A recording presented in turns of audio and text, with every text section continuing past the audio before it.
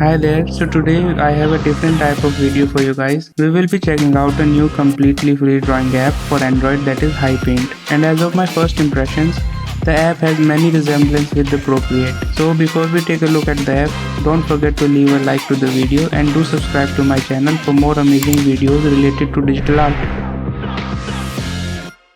So let's jump into the app. And firstly we are greeted with the gallery view just like any other drawing app. So let's tap on the plus icon to create a new canvas. Okay, so we can create either a new canvas or a folder. That's nice, let's create a new canvas for now. So we have a few resolution presets like screen, that is the resolution of the device we are using. That's always great to have. And some other standard resolutions, and of course we can create our own custom resolution. And here we have a few more presets for printing purposes like A3, A4 and so on. So if you are designing for a print, that's really good to have. And from here you can directly import a picture to the canvas. So for now let's create a canvas of my screen size. So here is the interface of the app, and apparently it is quite like Procreate, which is not a bad thing in my opinion. Here on the left we have the sliders for the brush size and opacity, I believe, as we have in the Procreate. Yes, they are, which is very convenient to have. And below that we have our undo and redo options. But did it also have the 2-finger tap to undo? Yes, it has. That's great to see, as I'm really used to this feature in Procreate and Infinite Painter, so that's nice.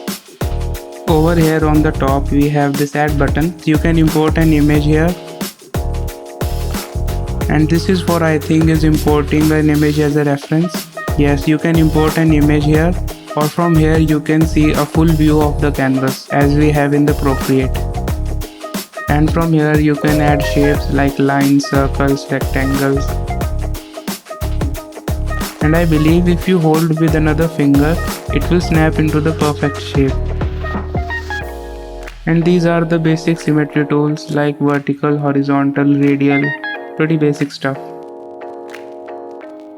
So let's move to this wrench icon.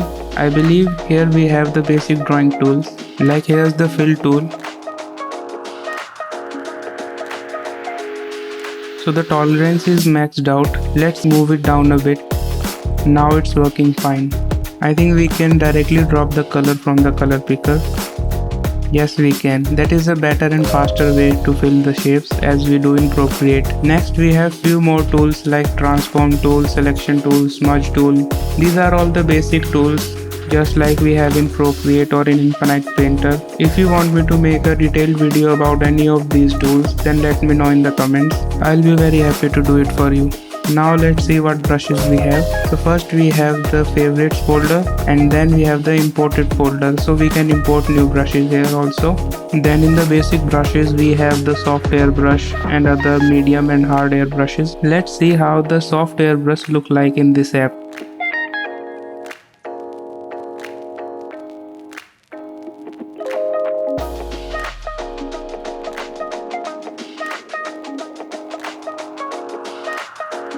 I think you can also see that the brush feels okay in the start, but as we draw for a while, then the lag is very noticeable.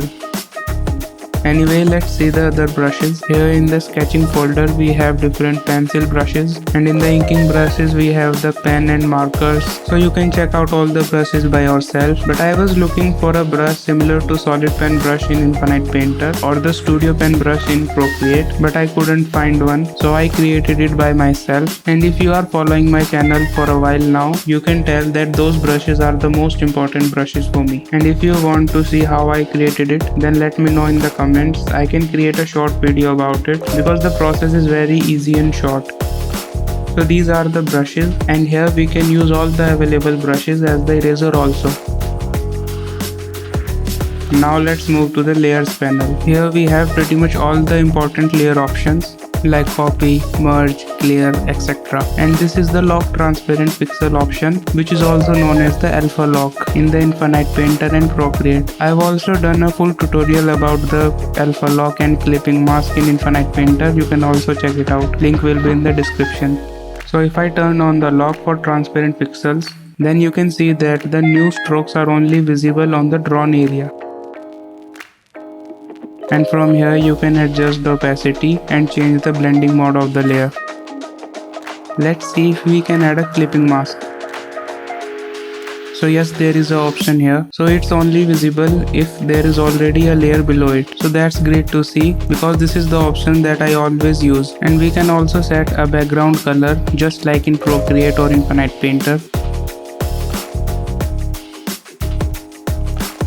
And this is the color panel to select different colors. And here are the color palettes, and you can create a new color palette from here. Looks like these are some canvas settings. So from here we can resize the canvas, clear the canvas, or flip it vertically and horizontally. Stabilize, I believe, is for the smoother brush strokes. Let's see. So if I move it all the way to the max value, let's see how does it affect the brush. The brush is clearly more stabilized and smoother, but it's almost impossible to draw with it like this. So let's find a middle value for the stabilizer to make it work fine.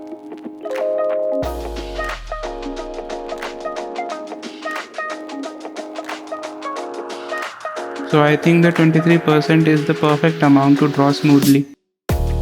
You can also record a drawing time lapse from the playback option, but I wanted to see the create animation option. Let's give it a quick try. Let me add a few more frames for the animation.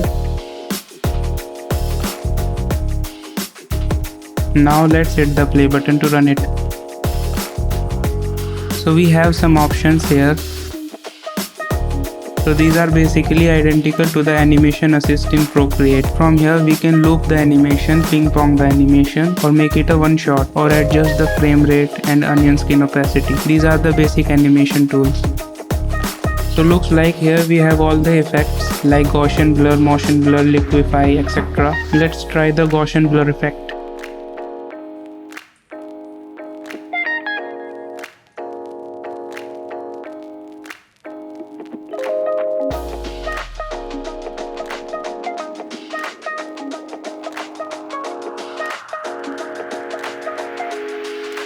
And here we have all the sharing options in different formats.